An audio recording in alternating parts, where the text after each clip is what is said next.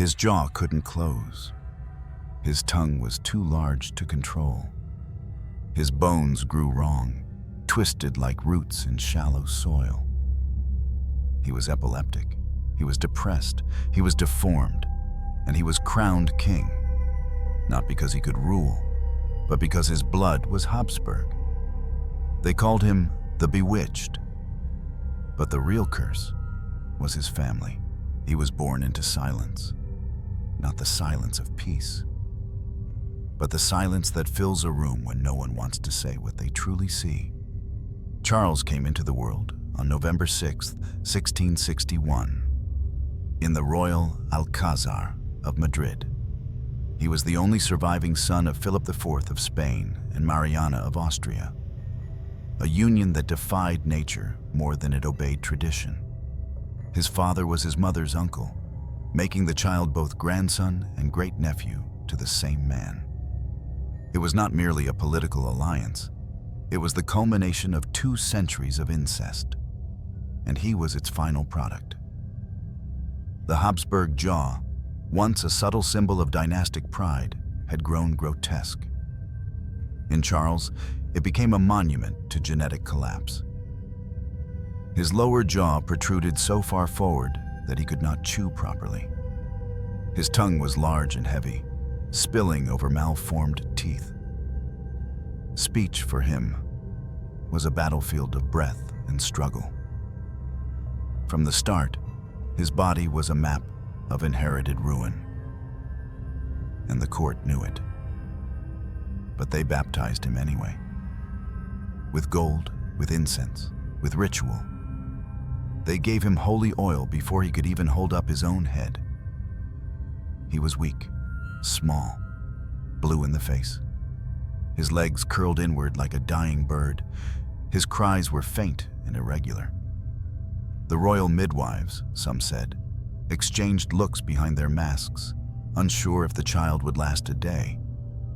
But no one dared speak it. The truth would be treason. He lived. Not fully, not well, but he survived. And that, somehow, was worse. Spain needed a king. The House of Habsburg needed a male heir. Europe needed someone to hold together a crumbling empire stretched from the Netherlands to the New World. So the court decided. This fragile child, born with bones too soft to hold him upright, would carry the crown. And they would lie, daily, to make it so. Behind closed doors, doctors whispered to one another in Latin, and not kindly. One called him a shadow in a child's body. Another wrote that his limbs were barely connected. There was concern he might be deaf, mute, or even mentally vacant. The priests, more superstitious than scientific, feared the child might be marked by demons. Some blamed witches, others blamed the French. But no one, not one minister, not one bishop, dared blame the obvious, the family itself. The Habsburg bloodline was a prison, a sealed chamber where ancestry became pathology. Charles's genealogy read like a spiral, not a tree. His mother, Mariana, was both niece and grandniece to his father. His grandparents were often the same people. His great-grandparents were also his great-uncles. The same names repeated, generation after generation, echoing like a curse. It was not politics anymore. It was cellular collapse. And still, he was king. Philip IV had ruled for decades. His reign had seen decline, military defeats, economic decay, and the slow retreat of Spanish power from its golden age. His final act was not victory, it was succession. And for that, Charles had to exist. That alone justified the pain. At court, they propped him up with cushions and ceremony. He was paraded, wrapped in velvet, before nobles who bowed more out of habit than faith. Painters, ordered to capture his glory, struggled to mask his deformities. His eyes were dull, his skin pale and almost translucent. In portraits, he looked older than he was, and somehow less human. The brush could not lie as well as the tongue. Still, the lie continued. "He is strong," they declared. "The Lord has blessed him." But his wet nurse knew the truth. She would carry him long after other children walked. She would clean the drool that spilled from lips that couldn't close. She would cradle a head that hung too heavy for his neck. She would hear him cry in his sleep, not from nightmares, but from a body at war with itself. The whispers grew, but so did the propaganda. The king was holy, chosen. If he was weak, it was only to remind Spain of humility. If he stumbled, it was to carry the cross. If he fell ill, it was because the devil feared him. They wrapped his condition in sanctity, smothered his symptoms in incense. The truth had no place at court. There was only appearance. But no amount of ceremony could erase what he was becoming. He did not speak until much later than expected. His legs refused to strengthen. He would stare for hours into space, mouth slightly open, eyes fluttering. Servants were instructed never to mention the seizures, even as they held him down. The sound of his breath, when he struggled to control it, was like a door trying to close against wind. He was surrounded by power, but had none. He lived in palaces, but could not walk their halls unaided. He wore silk, but could not dress himself. His tutors spoke of divinity. His priests spoke of destiny. But his body was saying something else. It was saying, no. No to strength. No to fatherhood. No to the legacy.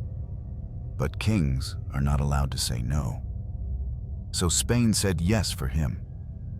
And with every nod, every ceremony, every hollow decree signed in his name, they pushed the boy closer to a destiny he could not carry. They crowned him in gold. But underneath, his spine bent further. His mouth would never close, and the crown, though polished, was already cracking. He was almost 5 years old before he took his first step. And even then, it wasn't really walking. It was swaying forward, arms flailing, knees buckling with every shuffle, like a candle barely holding shape in the sun. For most children, movement is instinct. They crawl, they toddle, they run. But Charles moved like something remembering how to be human. His muscles lagged behind his bones. His head, oversized and heavy, pulled him off balance. Each step was a negotiation with gravity, a plea. The palace floors were polished marble, smooth and cold, echoing every stumble. His nurses laid down thick carpets, not to make walking easier, but to make the falls quieter. He fell a lot, sometimes backward, often face first. His lips split more times than they healed. The maids kept cloths nearby, not for dust, but for blood. Still, they called him blessed. When other boys were chasing dogs through palace gardens, Charles was still being spoon-fed. He couldn't chew. The famous Habsburg jaw, once a symbol of royal pride, had turned against him entirely. His lower teeth jutted out so far that his upper teeth couldn't meet them. His tongue was too large for his mouth, swelling past his lips when he tried to speak. His saliva spilled constantly. His food was mashed until it resembled paste. He gagged often. Meals took hours. Sometimes he vomited before he finished. And still, the court insisted he was healthy. He couldn't speak clearly either. His first words came late. His pronunciation was slurred and thick. His tongue felt like stone. When he tried to say his own name, it sounded like a stranger's voice trapped in a throat not meant for speech. And yet, when ambassadors visited, he was presented in silk, sitting still, nodding slowly, blinking without focus. The ministers would answer for him. The priests would stand behind him. And his silence, once cause for alarm, was now sold as humility. A holy quiet. But it wasn't holy. It was neurological. Behind his silence was a brain that had not developed normally. Doctors today suspect he may have suffered from hydrocephalus, a buildup of fluid in the brain that causes swelling, pressure, cognitive delay. But back then, it was simply mystery, or God's will, or bewitchment. The word they whispered most was hekizado, the bewitched one. And as he grew, the whispers grew louder. They called him that not because they believed he was magical, but because he defied explanation. His symptoms were too many to name. His illnesses overlapped. His body contradicted itself. He would go weeks in silence, then shout suddenly for no reason. He would smile in the middle of a seizure. He would sleep for 20 hours, then be awake for 40. Nothing was consistent, except his deterioration.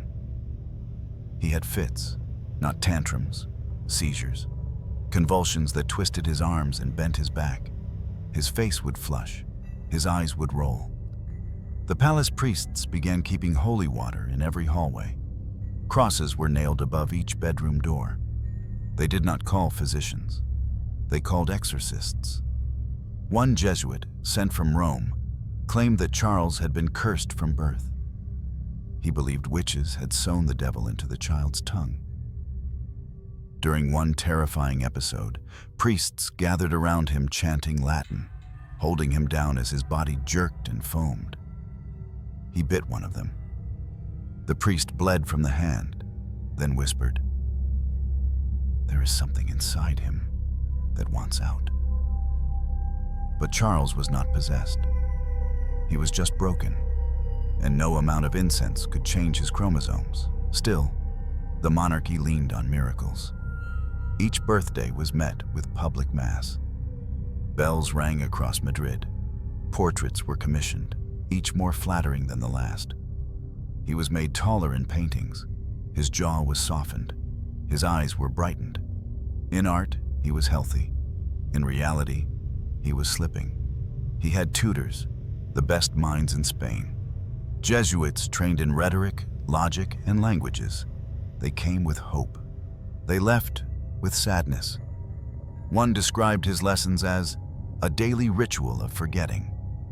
Another admitted that Charles could not retain even the shape of letters.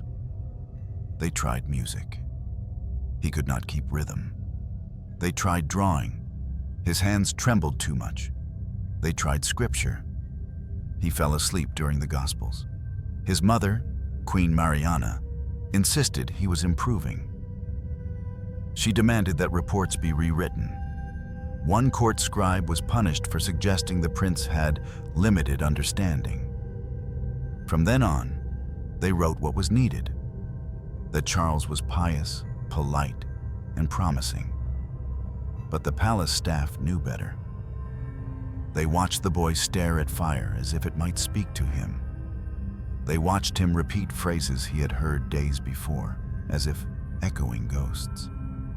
They saw him wander alone into chapel corridors, mumbling prayers with no beginning or end.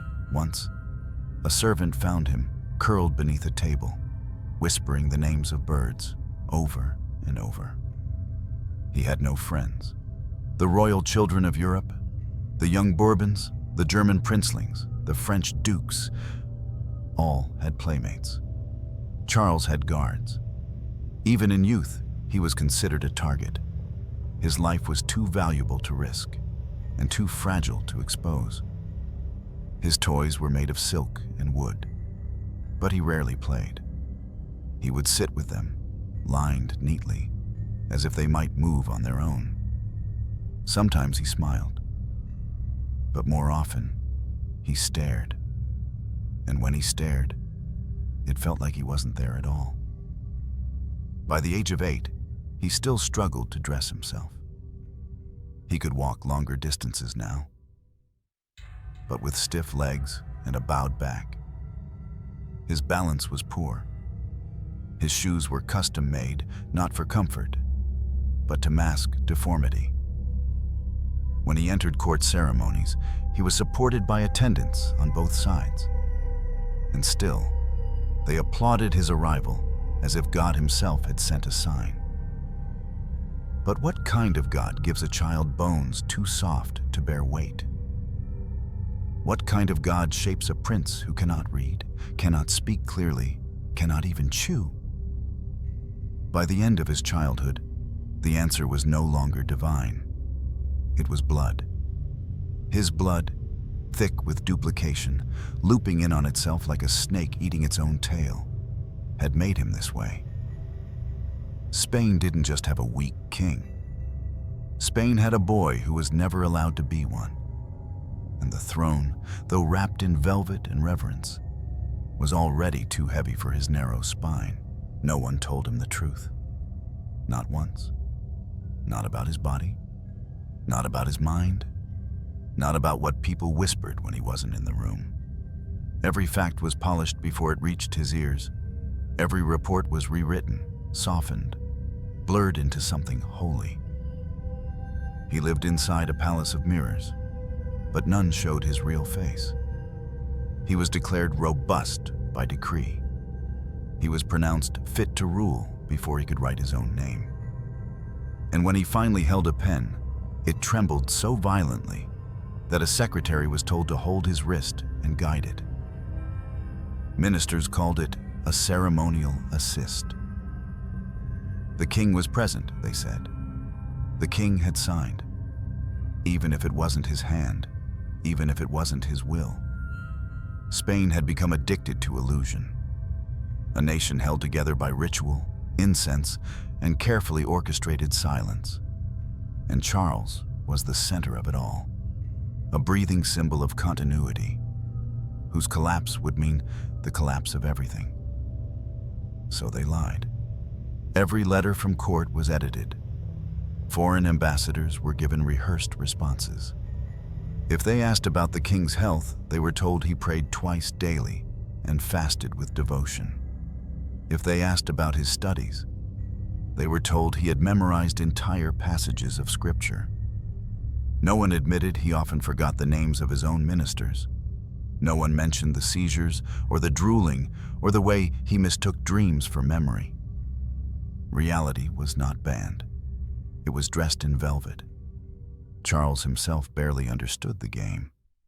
He was taught that silence meant strength, that deflection meant diplomacy, that his confusion was not his own fault.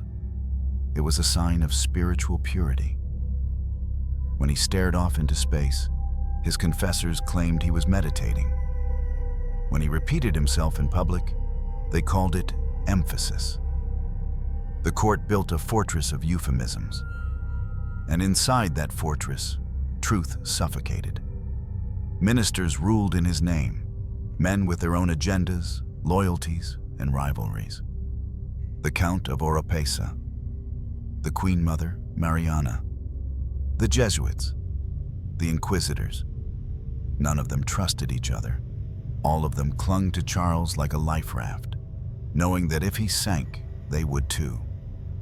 So they smiled, they bowed, they kissed his trembling hand and called him Majestad. They praised his wisdom in council, even though he rarely spoke. They applauded his decisions, even though they had made them in his absence. They issued edicts bearing his name, even though he could barely read them.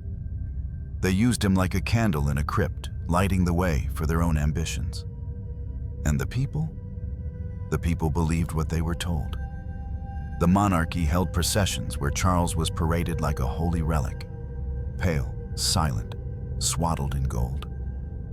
He waved slowly, eyes unfocused, as flowers were thrown at his feet. Priests blessed the crowd. Musicians played. And behind the veil of celebration, there was only fragility. He wasn't well, everyone knew. But no one admitted it, because to admit it was to confront the truth they had buried for generations.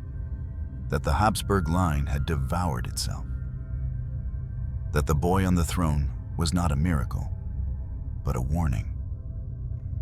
A physician from France once visited incognito.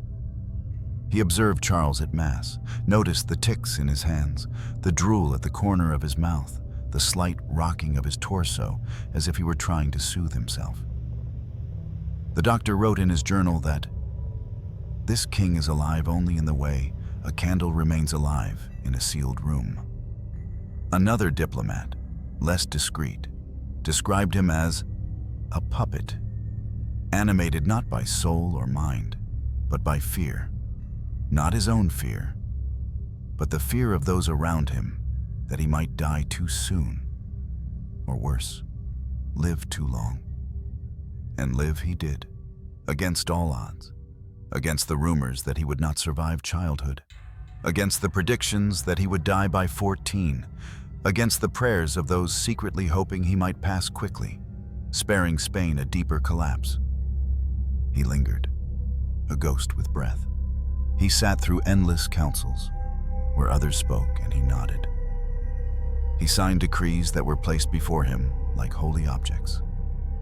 He blessed ambassadors with hands he could barely lift. And through it all, his face remained a mask, unreadable, unfocused, fragile. Behind closed doors, the courtiers whispered. They drank late into the night, toasting false hopes, joking quietly about the king who couldn't father a child, who couldn't hold a sword, who couldn't ride a horse, who couldn't remember the names of his dogs. But in public, they bowed. Always. Even when he stumbled. Even when he fell. Even when his eyes rolled back in mid-audience and he had to be carried out by guards dressed in red velvet, pretending it was not an emergency, pretending it was not epilepsy. He was 15 when the first formal petition arrived from Rome, asking if the Spanish court might consider appointing a regent. It was not an insult. It was desperation. The Pope had heard the rumors.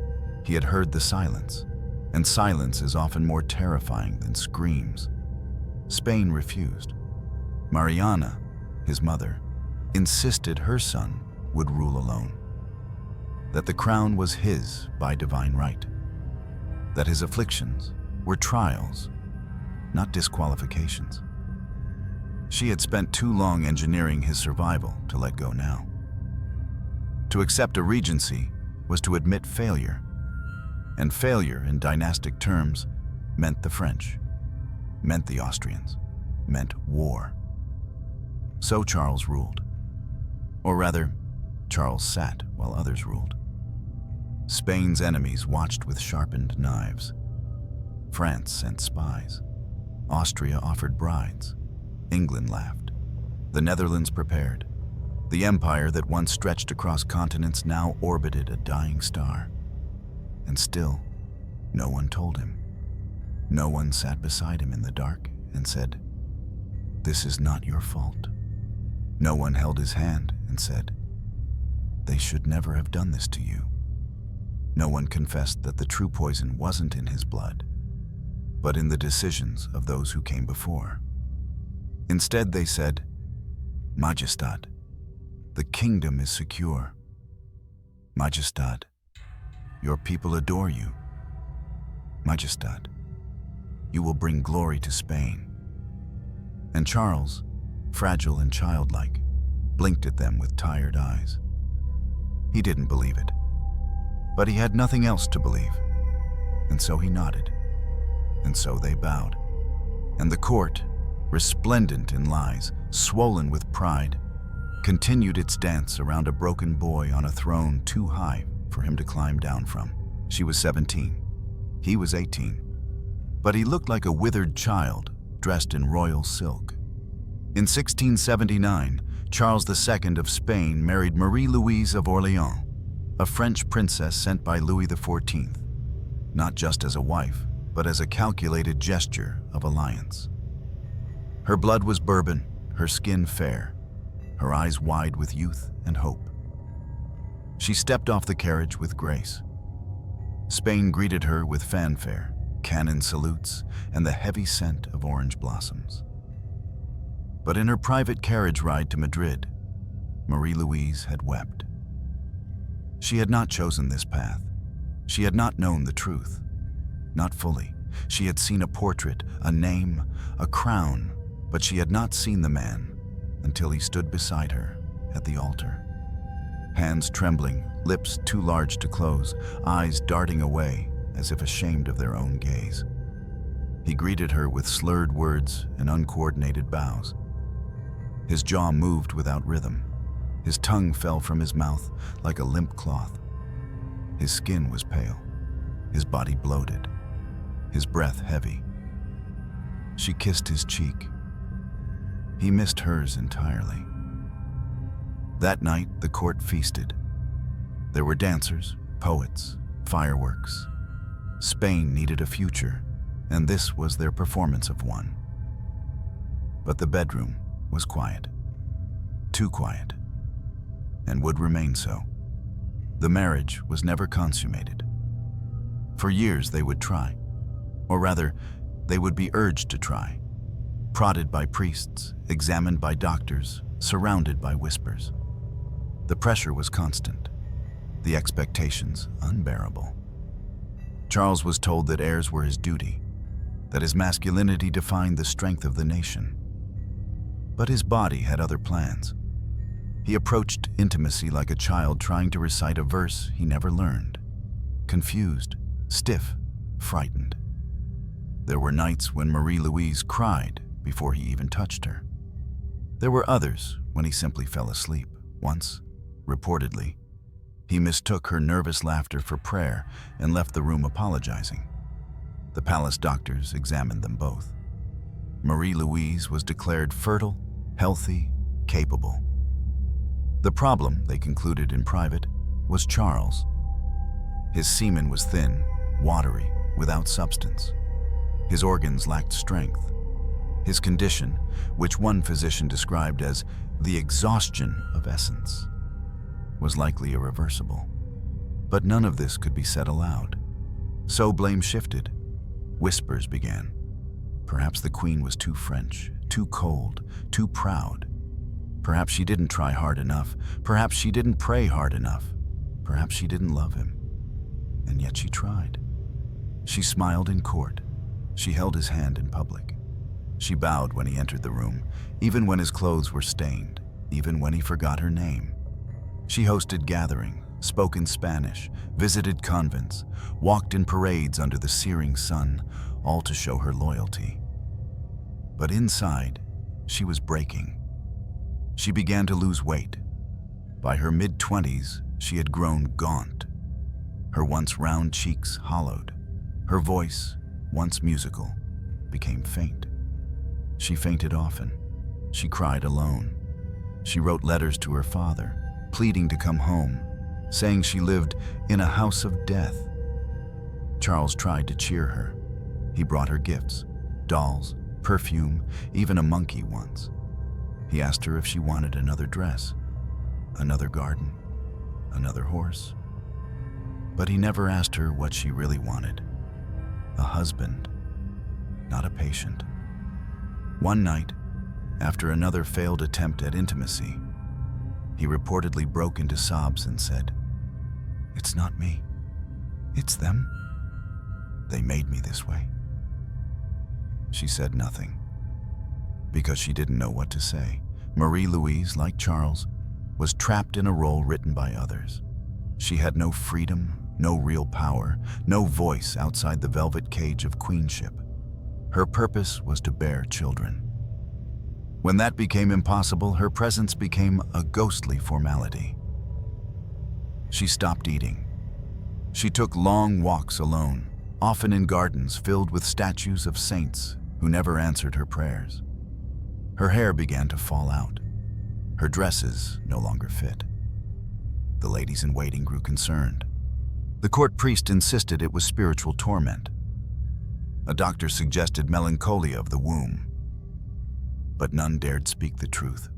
Grief can starve a person faster than illness. In 1689, At only 26 years old, Marie-Louise of Orleans collapsed after a walk and never recovered. She died within days, the cause never confirmed. Some said she had been poisoned. Others said she had simply stopped wanting to live. Charles was inconsolable. For days, he refused to eat. He locked himself in his chamber and screamed. He tore down her portraits. He demanded they be burned. When he was finally coaxed into emerging, he clutched her gloves in his shaking hands and whispered, "She was never against me. Not her." It was perhaps the only time he fully understood what he had lost. And yet, even in her death, the court spun another tale. They called her the Queen of Sorrow. They praised her devotion. They buried her in El Escorial with royal honors. But they also whispered, not loudly but enough, that she had failed Spain. No heir, no dynasty, no future. And Charles? He returned to his throne, alone again, still broken, still king, but something had changed. His eyes grew darker, his temper shortened. He began speaking more of curses, of shadows, of whispers in the night. He claimed to see figures moving in mirrors. He asked if the queen still visited the halls. He told his confessor he felt her presence near his bed. The court blamed grief, but others feared madness.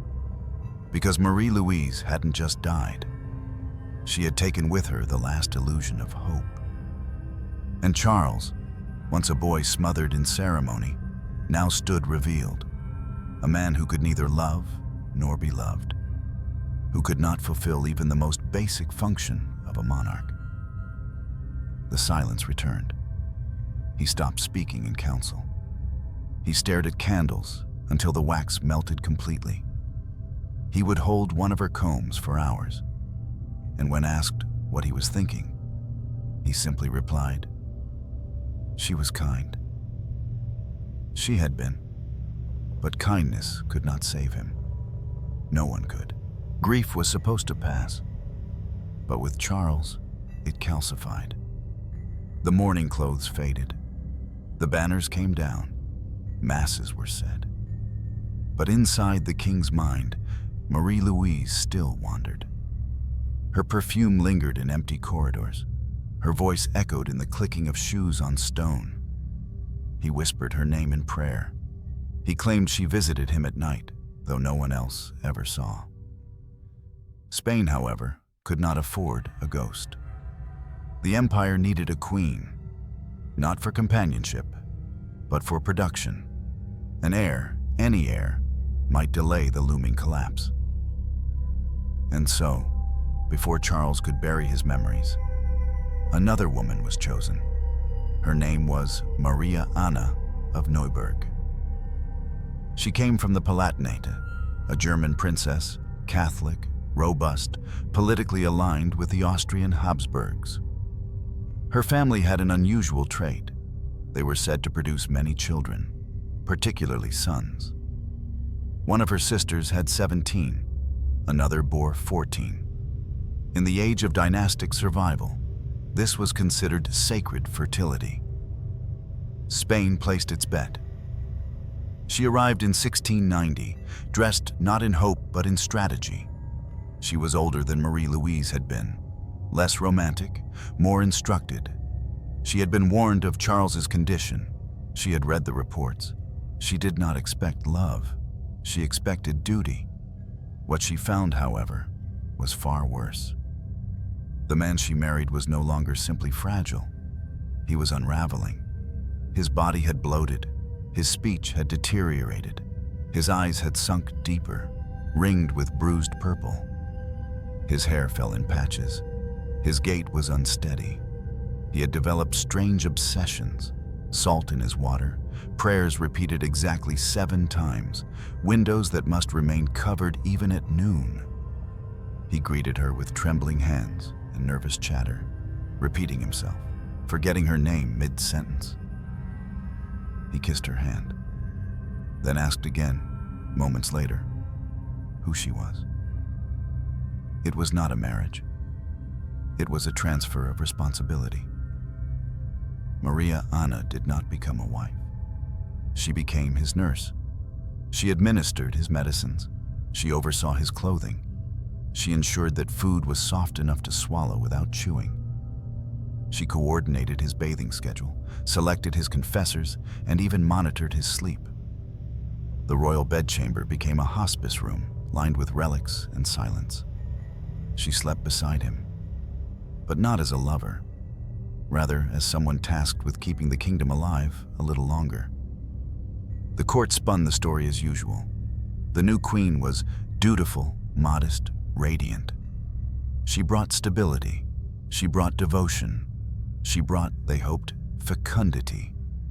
They did not mention that Charles could no longer rise from bed unaided, that he cried after meals, that he often forgot the day, the hour, or the fact that he had already eaten. Attempts at intimacy were made. It became a clinical ritual, timed, supervised, after prayer, after certain potions had been administered. Once, a physician even suggested music to encourage arousal.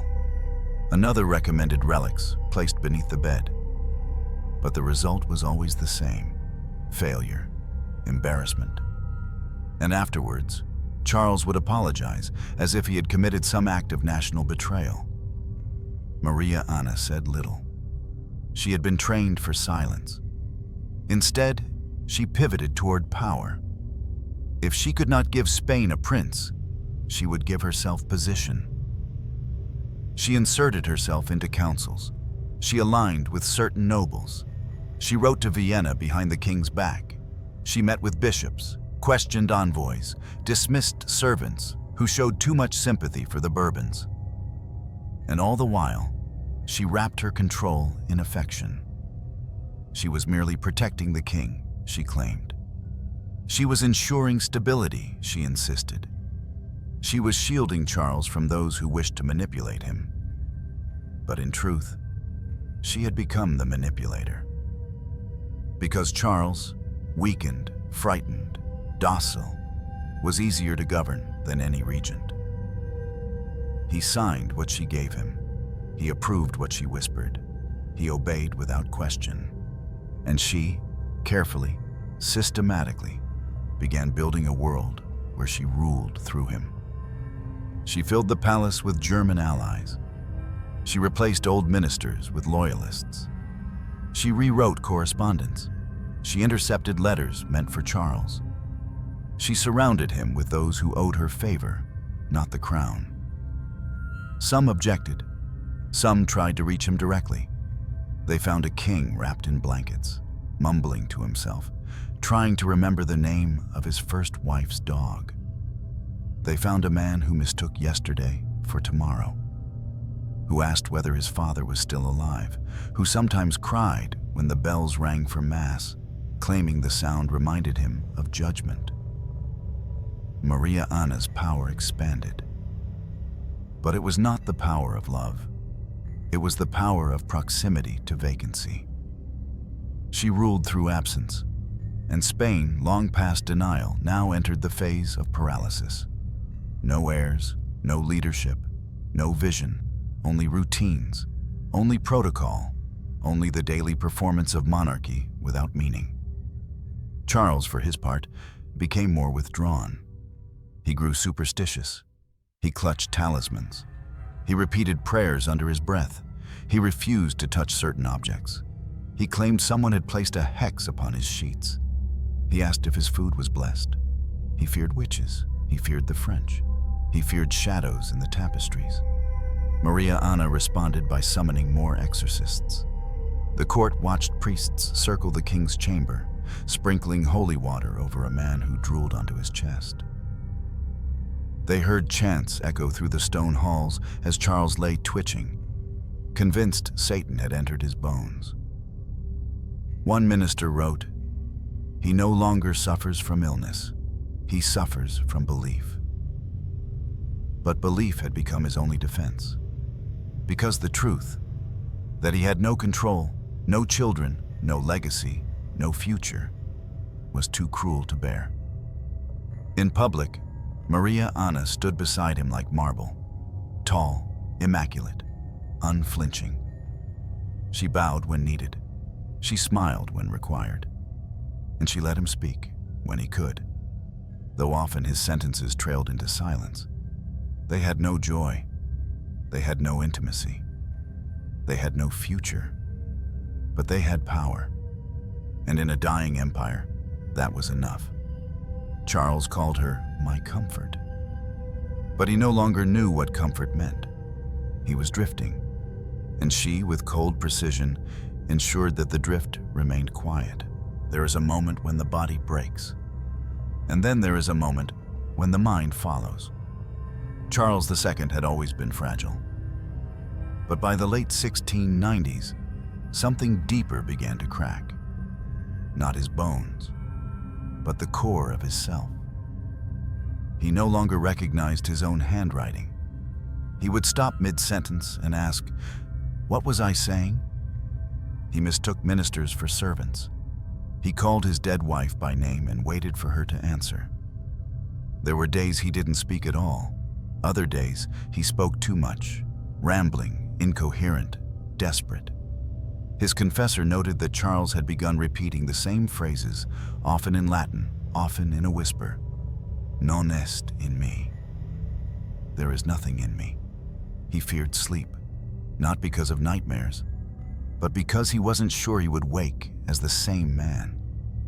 Because he couldn't trust what his dreams said. Because he couldn't separate memory from hallucination anymore. Once, he looked in the mirror and screamed. He claimed the man inside the glass was not himself. He smashed it with a candlestick, slicing his hand open. When they bandaged the wound, he sobbed, "It's not me. He's in there. He's still watching."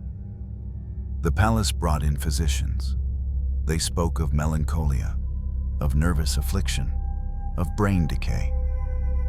One suggested it was the bile, the imbalance of humors. Another blamed his stomach, claiming that indigestion had poisoned the soul. None of them dared say what the staff already knew: that the king was losing his mind. And the decline was accelerating. He became afraid of water.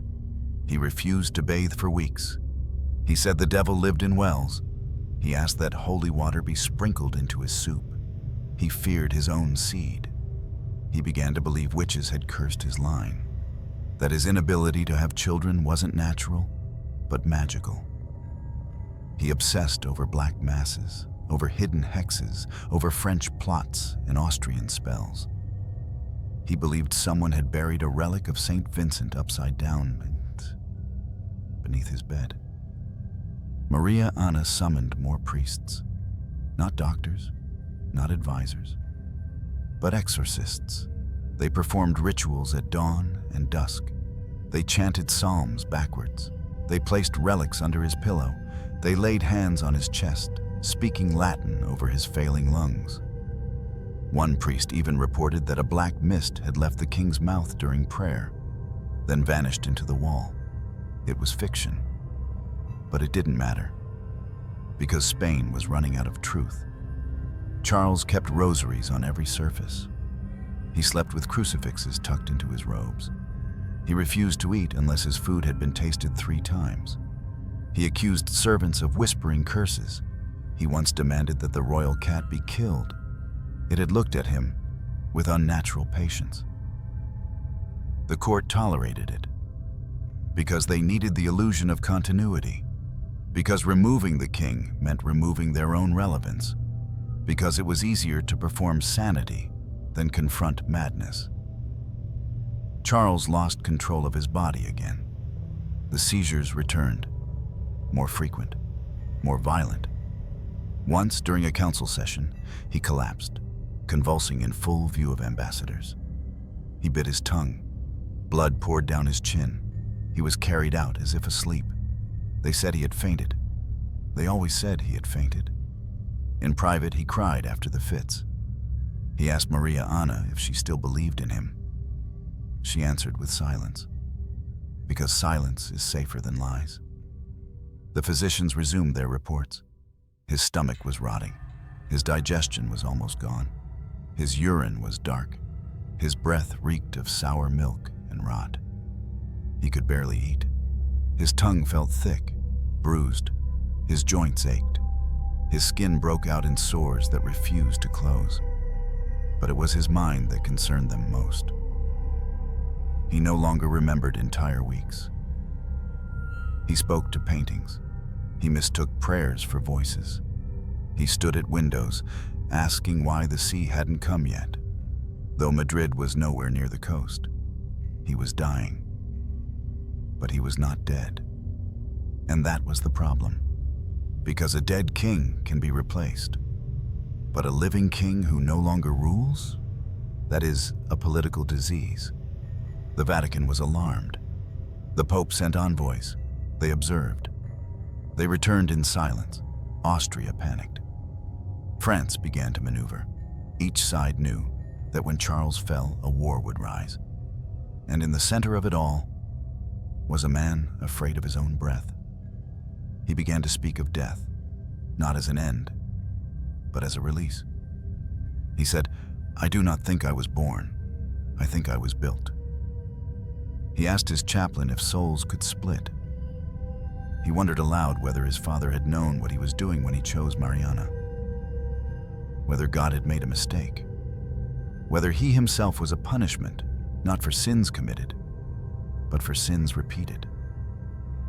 He began to believe that Spain would only heal if he disappeared. He told his confessor, "They will only sleep once I stop breathing." He wasn't wrong. Even the court had begun to pray for the inevitable. But Charles lingered. He always lingered. Like a candle no one dares blow out, no matter how thick the smoke becomes. He was 36, and he looked 70. He shuffled down corridors like a ghost who hadn't realized he'd died.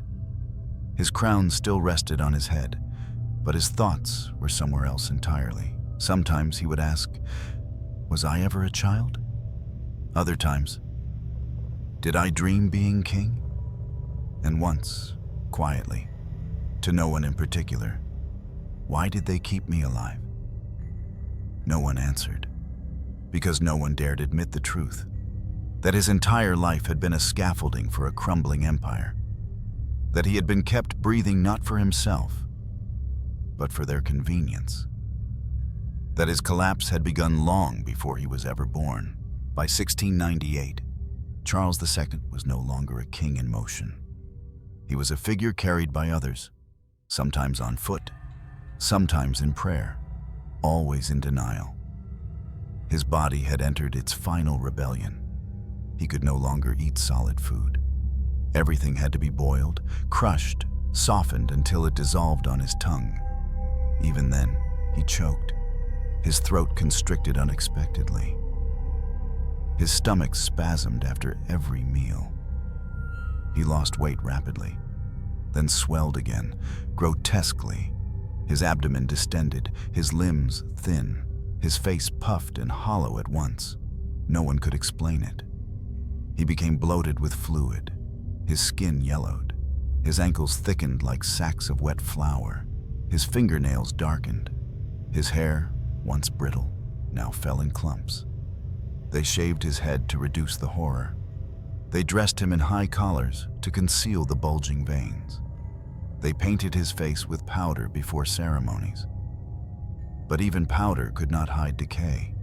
He smelled of sweat, of pus, of rot. Servants burned incense behind him in processions. They said it was for holiness. It was for hygiene. He could barely stand. He walked with 2 attendants at either side, more carried than guided. His knees buckled. His spine sagged. His breath whistled in his throat. And yet, he still ruled. At least in name. He still signed decrees. With a hand that shook so badly that wax seals had to be pressed for him. With eyes that squinted at pages he could no longer read. With a mouth that muttered, "Let it be done," though he no longer knew what he was approving. Every document became a ritual, every gesture a ghost of monarchy past. The The court performed kingship like a dying opera, grand, loud, empty. And he, the center of this hollow empire, sat in his throne like a corpse rehearsing life. He had ulcers now, internal bleeding, blackened stool, a putrid breath that made ministers wince when he spoke too close. The doctors returned, again and again. They bled him. They purged him. They burned herbs near his feet. They suggested blessed salt, crushed pearls, powdered horn, goat's milk. Nothing worked. His urine turned black. One day, a physician opened a chamber pot and whispered a single word: death. Still, they wrote reports calling him delicate but stable. Still, Maria Anna insisted he was improving with the grace of God. Still, the Spanish people were told their king was receiving strength from the saints. But within the palace, no one believed it anymore. A boy had become a man had become a shadow, and now the shadow was being asked to keep breathing just a little longer, while diplomats bickered over who would inherit the throne once his heart gave out. Because the question was no longer if, it was when. He knew it too. He spoke often of death now, not with fear, but with exhaustion. "I have done all they asked," he once said, "and I was never enough." He wept during Mass. He collapsed during Lent. He vomited blood after Easter. He shook uncontrollably when bells rang for confession. His dreams were filled with graves. He told his confessor he had seen his mother, his father, Marie Louise, all dressed in black, waiting for him by the sea. He stopped asking for food. He started asking for candles. He said light helped keep the dark from crawling up the walls. One night he asked his servants to open every door in the palace. "Let the wind come," he said. "They will take me through it." They closed the doors. The wind did not come. Still, he lived. Still he sat. Still he stared. Still he signed. Because a king cannot die until the empire says he may. The court had become a hospital. Chambers once used for dances now held apothecaries. Servants tiptoed through galleries once filled with laughter. The royal bed was surrounded by priests, physicians, guards, secretaries, but no friends, only handlers. Maria Anna, still composed, still dressed in silver and black, read letters for him now. She no longer asked what he wanted. She simply told him what must be done.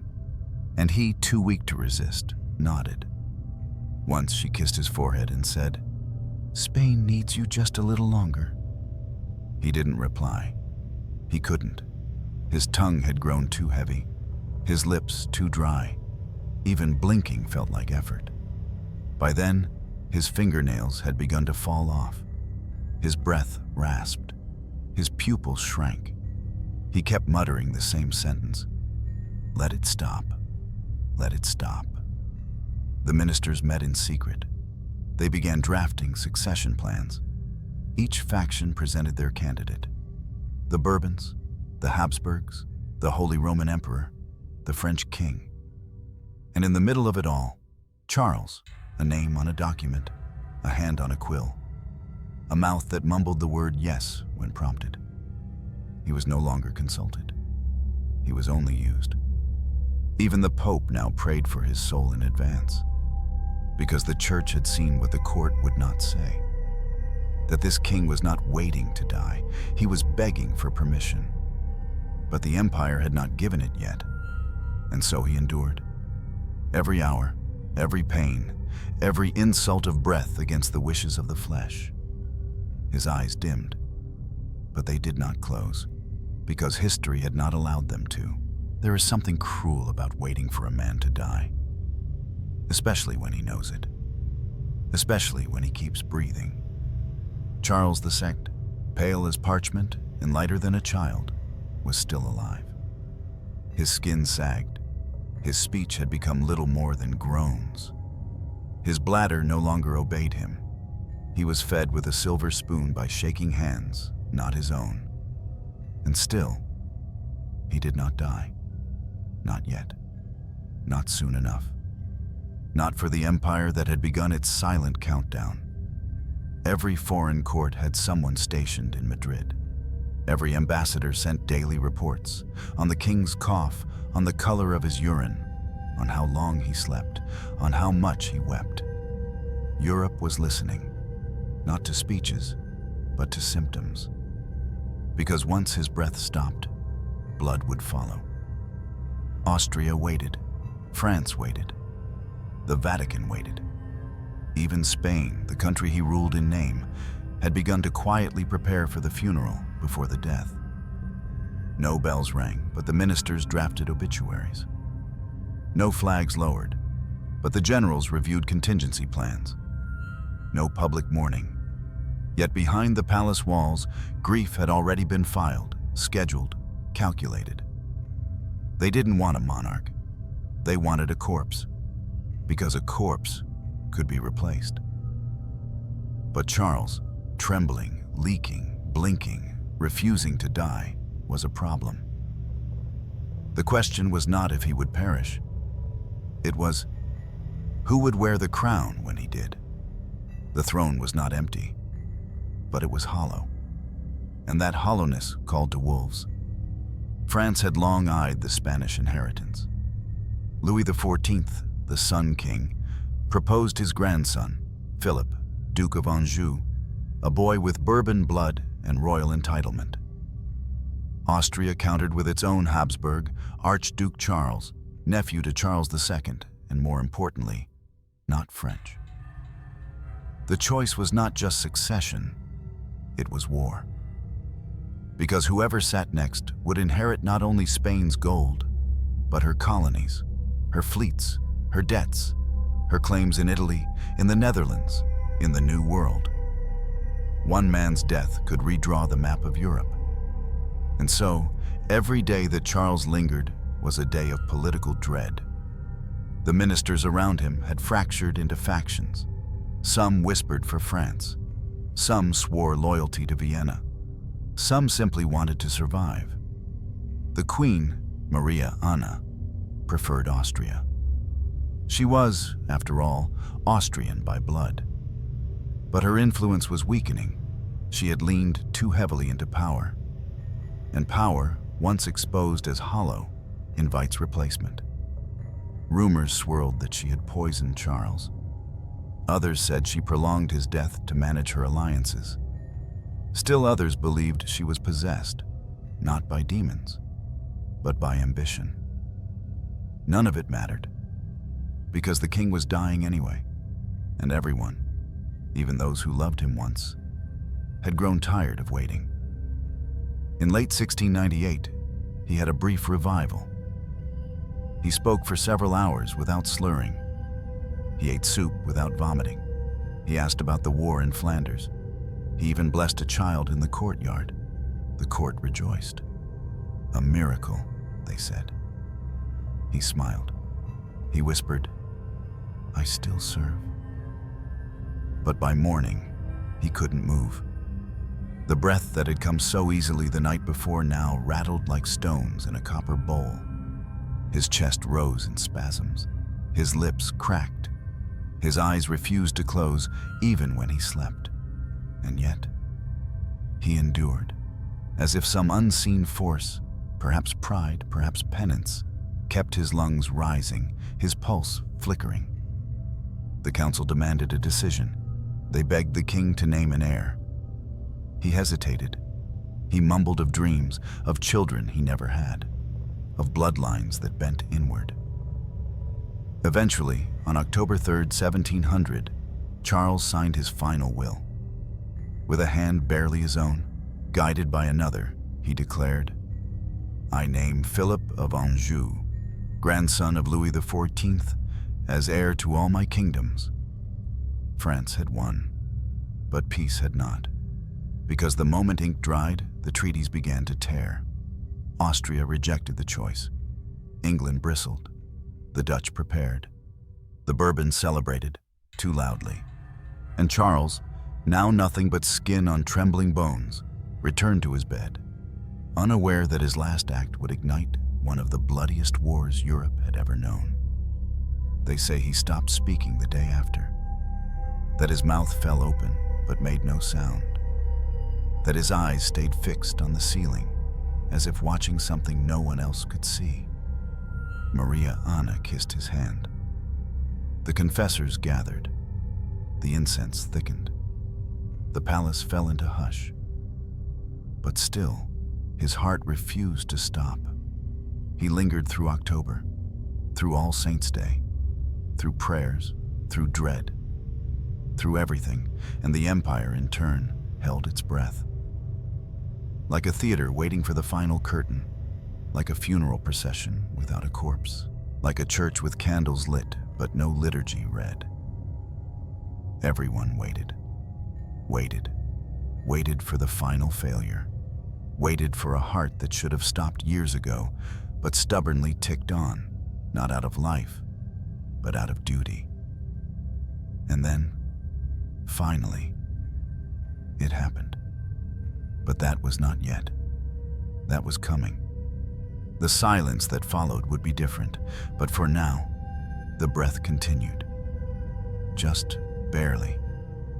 And every beat of it was a reminder of what Spain had become. A kingdom built on inheritance, collapsing from within, unable to move forward until the last ghost gave permission. He died on November 1st, 1700, All Saints' Day. Not with a scream, not with a final command, but with a breath that slipped from his lungs, like a bird no longer willing to beat its wings. They found him still, eyes half open, jaw slack, hands crossed over a chest too thin to rise again. No thunder sounded. Only the low chant of priests at his bedside, only the sigh of wind through the iron lattice of the palace window, only the long-awaited silence of a dying monarchy, exhaling its last air. Charles II of Spain, King of Castile, Aragon, Naples, Sicily, the Americas, and shadows, was dead. He was 38 years old, but his body told another story, that of a man far older, more withered than time should allow, more broken than a crown could repair. The autopsy, conducted in secret but spoken of in horror, read like a curse. His heart was the size of a peppercorn. His lungs were corroded. His intestines gangrenous and black. His brain was filled with fluid. His testicles wasted and shriveled. His body rotten from the inside. He had not simply died. He had been decaying while still alive, a king in name, a corpse in waiting, a bloodline turned sour. No heir, no child, no continuity. The House of Habsburg in Spain, proud, powerful, relentless for 2 centuries, ended with him. They buried him in El Escorial, the royal mausoleum of kings. They placed his body in marble and gold. They wrote titles on stone. They sang hymns of glory. But beneath it all lay a man who had never ruled, never loved freely, never spoken without fear. A man who had spent more time being observed than living. Even his funeral was politics. France sent condolences laced with anticipation. Austria mourned with calculation. The Vatican prayed for peace, knowing war had already begun. Because his death was not an ending, it was a signal, a crack of lightning before the storm. The crown he left behind did not rest on a chosen brow. It shattered, and every shard pointed to blood. The War of the Spanish Succession ignited.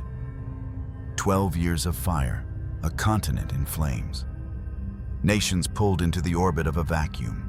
Over 400,000 would die. And the reason?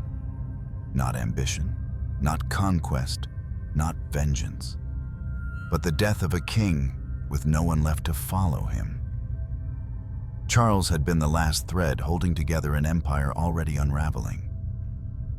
His childless body was not just a symbol of personal tragedy. It was the death rattle of an entire dynasty, one that had folded inward for generations, trusting blood more than sense, tradition more than evolution. The Habsburgs had chosen themselves, again and again, marrying niece to uncle, cousin to cousin, until the gene pool became a pond, stagnant, closed, poisoned by its own reflection. Charles was not cursed by witches. He was cursed by heritage, by a family that mistook purity for strength, that believed mixing blood was sin, but doubling it was salvation. That passed crowns like heirlooms across faces that looked more and more alike, until they no longer functioned. When Charles died, the people wept, but not all of them. Some lit candles, others lit cannons. Some feared the foreign prince who would come next. Others feared the void he left behind. There was no joy, only urgency and memory. They remembered a child who could not walk, a teenager who could not speak, a man who could not rule, and yet who had worn the crown anyway, not because he earned it, but because the world had not yet imagined another way. His image was quietly removed from walls. His coins stopped being minted. His seals were broken, his titles redistributed, his household dismissed. Even his body, decomposed so rapidly after death, had to be buried quickly. They say the smell filled the chapel, that the embalming failed, that the velvet beneath his corpse was soaked by something darker than blood.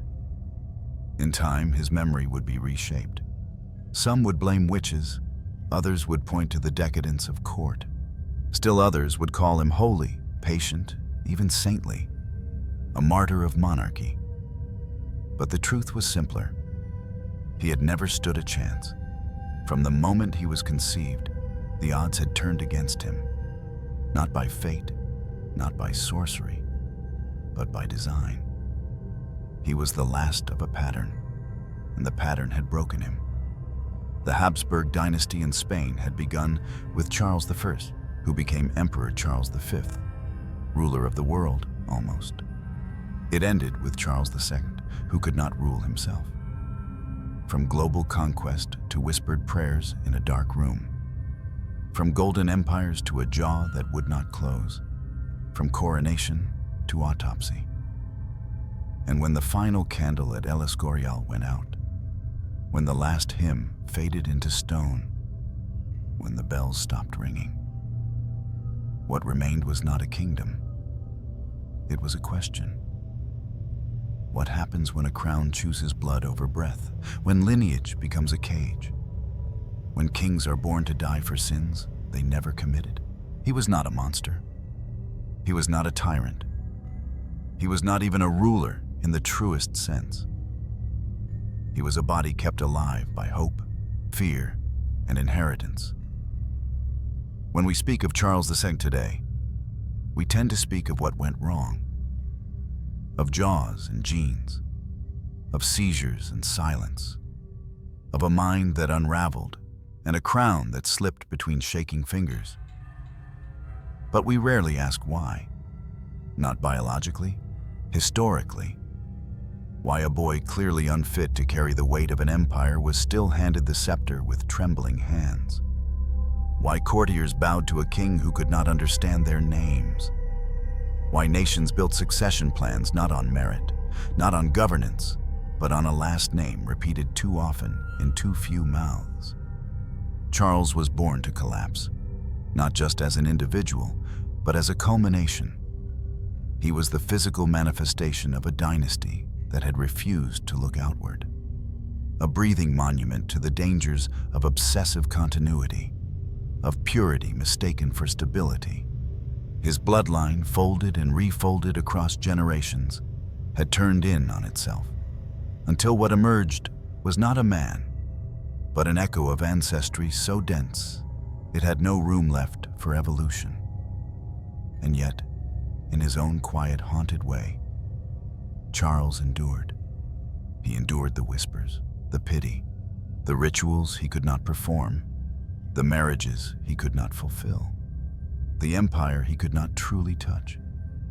He endured being paraded like a saint and treated like a child. He endured the burden of representing a crown whose greatest fear was change.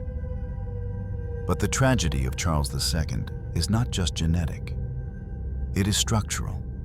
It is cultural. It is human. Because his story did not begin with illness. It began with a choice. 1,000 choices, really, made by ancestors who valued bloodlines more than breadth, names more than nuance, and control more than compassion. He paid the price for those choices, with his body, with his mind, with his loneliness.